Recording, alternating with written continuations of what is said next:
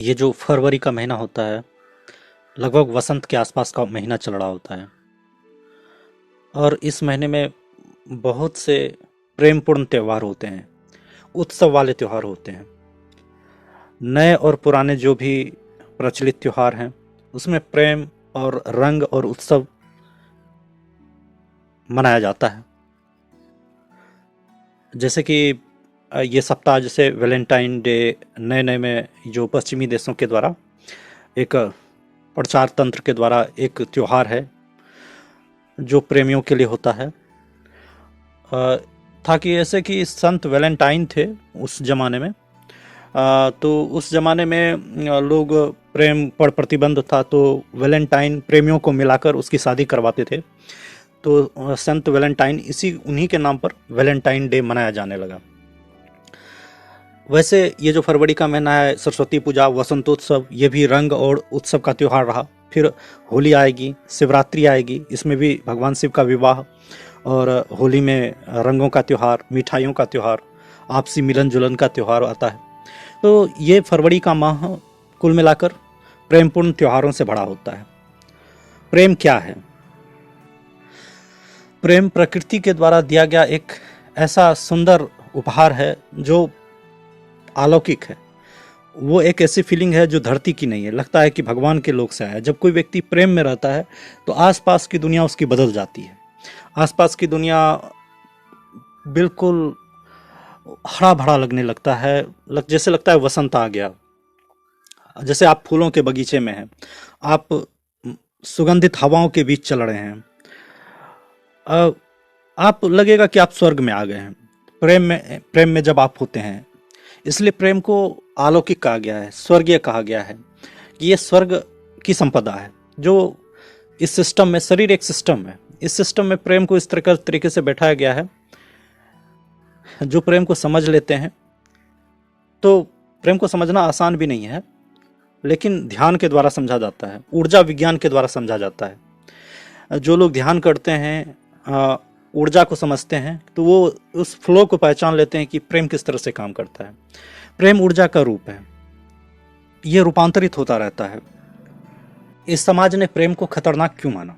इसलिए माना क्योंकि जब व्यक्ति प्रेम में होता है तो उसे दुनियादारी की खबर नहीं रहती। वो एक ध्यान की अवस्था में चला जाता है, योग की अवस्था में चला जाता है। कोई भी माता पिता नहीं चाहेगा कि उसका बच्चा जोगी बन जाए या उसका बच्चा प्रेमी बन जाए। बात बराबर है। प्रेम करना, ध्यान करना और योग करना, ये सब एक जैसा ही है। क्योंकि ध्यान में भी आप ईश्वर के चिंतन में इतना डूब जाते हो कि संसार छूट जाता है, और प्रेम में भी आप अपने प्रेमी के ध्यान में इतना डूब जाते हो कि पूरी दुनिया छूट जाती है। तो खतरा दोनों जगह है। जब आप दुनिया छोड़ दोगे, आपका दुनिया का ध्यान छूट जाएगा, तो आपका काम बिगड़ेगा, आपका करियर चौपट होगा। तो ये, और शादी विवाह, तो विवाह वैसे भी नापसंदी के दौर पे ही होता है। आप किसी को नहीं भी पसंद करते हो तो विवाह करना पड़ता है, एक सामाजिक प्रथा है। तो उसमें आकर्षण नहीं होता पति पत्नी के बीच, बस कोई प्रेम नहीं होता, बस अपना अपना ड्यूटी निभा रहे हैं, बस यही रहता है। जब लेकिन प्रेम किया जाता है तो उसमें अनुभव किया जाता है, एक दूसरे के हर्ट के धड़कन को सुन सकते हैं आप।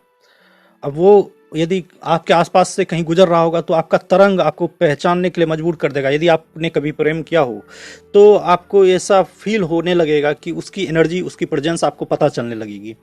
ऐसा होता है। प्रेम साधारण व्यक्ति नहीं कर सकता। प्रेम के लिए ऊर्जा चाहिए, क्षमता चाहिए, और प्रेम इतना जटिल विषय है कि जितना कहा जाए उतना कम है। जो ध्यान कर सकता है वही उस ऊर्जा को समझ सकता है। प्रेम में जब एक दूसरे का चिंतन होता है तो उस समय सारी दुनिया छूट जाती है और मन एकाग्र हो जाता है, और मन कोई बात ही नहीं सोचता। इस स्तर का जब प्रेम होता है तब सुख की अनुभूति होती है। तो ये क्या है? कंसंट्रेशन, एकाग्रता। तो सुख का स्रोत है एकाग्रता, और सफलता का भी स्रोत एकाग्रता है। आप जहां मन को एकाग्र करोगे वहीं आपको परिणाम मिलना स्टार्ट हो जाएगा, वहीं आप सफल होने लगोगे। तो ये शरीर का जो सिस्टम है, मानवीय सिस्टम, यह अपने जैसे परमाणुओं को खोजता है। आप अपने जैसे मैच को प्रेम करते हो, आपको लगता है कि आप उसे कुछ दे सकते हो, आप उसका केयर कर सकते हो। तो आप उसे प्रेम करने लग जाते हो। आपको लगता है कि ये मेरे लायक है या वो मेरे लायक है, तो ही आप उससे प्रेम करते हो। जैसे समान स्तर के परमाणु एक आपस में जुड़ते हैं, उसी तरह समान मन वाले, समान स्तर की जो आत्माएं हैं वो आपस में जुड़ना चाहती हैं। बाहरी रूप से भले किसी कारणों से ना हो पाए, लेकिन प्रेम आत्मा के स्तर पर होता है। आकर्षण भी होता है, जिसमें कि शारीरिक आकर्षण भी होता है। न कुछ लोग तो यूं ही प्रेम को मजाक बना देते हैं, लेकिन प्रेम एक बेहद ऊर्जावान चीज है और इसे बस अनुभव किया जा सकता है। लेकिन आदमी ठगा महसूस कहाँ करता है? आदमी ठगा तब महसूस करता है कि जब वो प्रेम को सिर्फ शरीर के रूप में देखता है कि हाँ वो थी, वो मिल गई। नहीं, उसके अंदर जो वो दिव्यता है, वो ऊर्जा है, वो तरंग है, आप उससे प्रेम करते हो, उस ऊर्जा से प्रेम करते हो। वही ऊर्जा कुछ समय बाद खत्म हो जाती है, वो तरंग खत्म हो जाता है, वो वाइब्रेशन खत्म हो जाता है। तो व्यक्ति को वही प्रेमिका जब पत्नी बन के आती है तो कुछ दिनों के बाद बोरिंग लगने लग जाती है। तो इसमें एक ऊर्जा का संतुलन होता है।